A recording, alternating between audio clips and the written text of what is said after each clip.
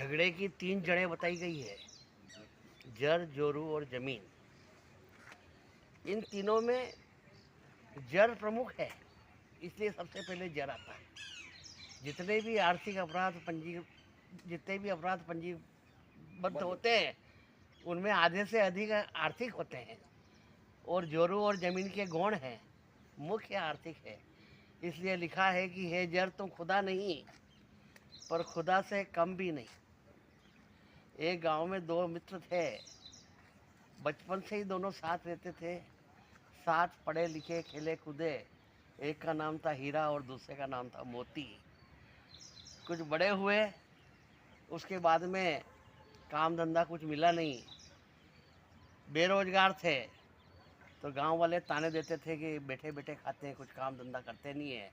उन तानों से तंग होकर के दोनों ने विचार किया कि अपने को गांव छोड़ के शहर चलना चाहिए। वहाँ कोई रोजी रोजगार का जुगाड़ देखेंगे, काम धंधा करेंगे तो इन तानों से बचेंगे।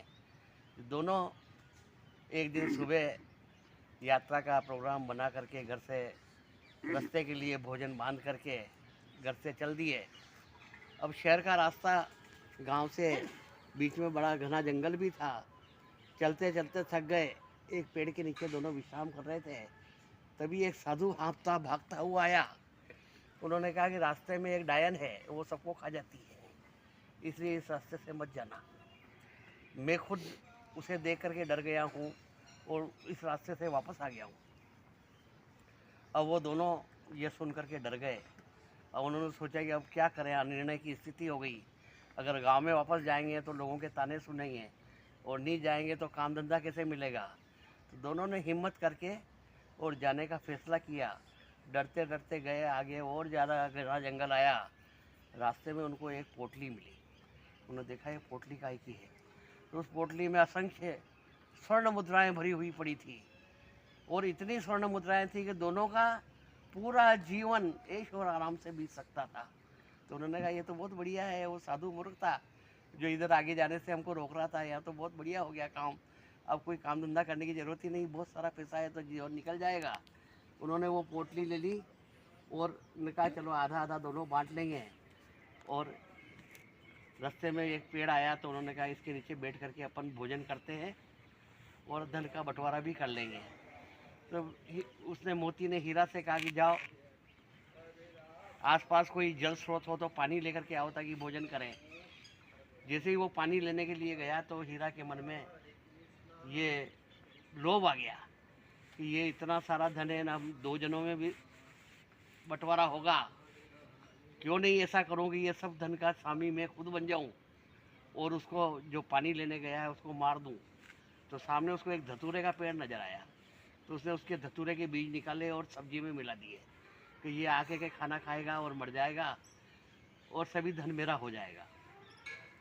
अब रास्ते में जब वो मोती जा रहा था पानी लेने के लिए, तब उसने सोचा कि ये सब धन वो आधा आधा होगा, अगर एक ऐसा क्यों नहीं होगी इसका पूरा मालिक मैं बन जाऊं, तो इसको मैं मार देता हूँ।